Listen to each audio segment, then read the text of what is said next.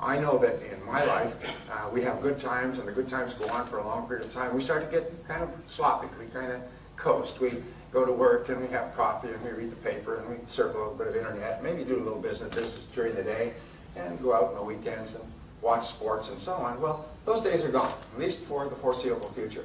An economic crisis, I'm an economist by avocation, an economic crisis, usually you get through it in about 9 months. That's the average for economic ups and downs. But a financial collapse like we have experienced here, in which we're having very serious problems in the U.S., usually takes 5 to 7 years. Now, nobody likes that, but that's the reality. And Jack Welch, the head of General Electric, was once asked, what are the most important principles of leadership? And he gave 7. But number 1 is what he called the reality principle. The reality principle is see the world as it is, not as you wish it were. In other words, be very honest and objective with the world as it really is. And the fact is, the world is going to become more competitive. It's already become more competitive for us here in Ireland. So we're just going to have to buckle down and work harder. But the good news is that if 10% of the economy has gone sideways, the other 90% is still functioning. People still need to eat, they need to dress, they need to drive, they need homes. And so there's always going to be business for the hustlers. And I say that in a very complimentary way. Thomas Edison once said, good things come to those who wait, but only what's left over from those who hustle.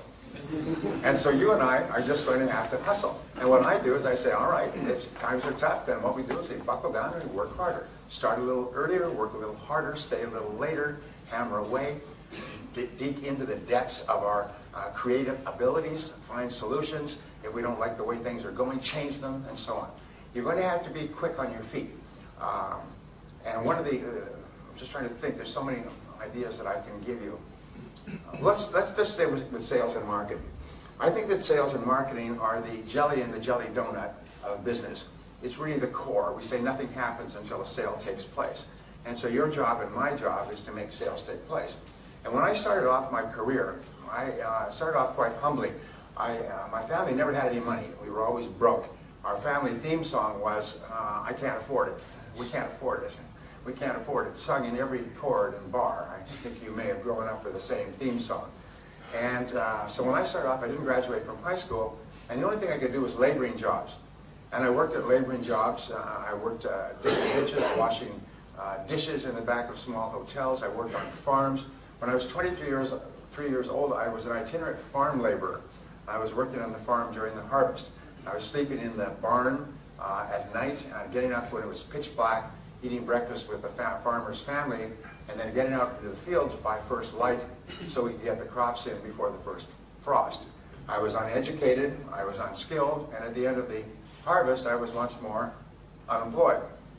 And so when I could no longer find a laboring job, like you, I got into sales. Don't give me that, oh no, this is my career path.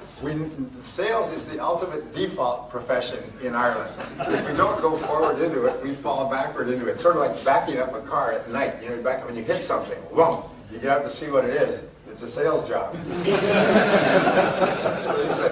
just say, well, I'll give that a shot. So we give it a try. 80% of people who get into sales still are giving it a try. They're going through the motions. In fact, some of the interesting studies that have come out, 25 years of research, show that if you take the 80-20 rule, the top 20%, like the people in this room, and the bottom 80%, they find that the bottom 80% have a kind of a mindset, which where it came from, we don't know. But what they'll do is they'll work reasonably hard during their first year to master their craft so that they can do it well enough not to get fired. And then they flatline and they never get any better. So 80% of the population in almost any field never gets any better. Whether it's doctors or lawyers or architects or engineers or business people, you'll find people who graduated from fine universities who haven't read a book in 20 years and they're damn proud of it. They don't read, they don't learn, they don't grow, they don't go to courses. Somehow they got this idea that you get your education and then it's over. But today, in the modern age, you get your education, and then you get your education, and you get your education. And if you ever stop learning and growing, you'll be very quickly passed by somebody who continues to learn and grow. So the top 20% of people, they find, are very different in that they're constantly upgrading their skill set. They're constantly getting better. Whereas the bottom 80% are just flatline. Well, anyway, I got into sales. Got the three-part sales training program, which was here's your cards, here's your brochures, and there's the door. Just go out there and talk to people. I find that 70% or more of all companies do no sales training at all. And I had a person come up to me, it was really interesting. He came up to me at a seminar, and he said, I resent that. My company does a lot of training. As a matter of fact, I moved from another company where I was doing very well to this company, and we train all the time. But our sales are down in what is a reasonably good market. So I don't think there's a link between sales training and sales results. I said, let me guess. I bet you do product training. I bet you do training on your product, but you don't do sales training. He stopped. He said, oh my God, he said, you're right. That's all we do is product training. We train people on what's in the product and how it's made and so on. He said, and he sort of his eyes were opening. He said, in my last company, we did sales training all the time. We trained people on how to go out and make appointments and talk to people and ask questions and determine customer needs and so on. And here in this company, we don't do any of that. We just do product training. Oh my God. He said, thank you so much. And he wrote to me about 2 months later. He was a sales manager. He went back in and he stopped the product training. He said, you can do that on your own. And he began to initiate the sales training process that he had learned in his previous work and his sales for the whole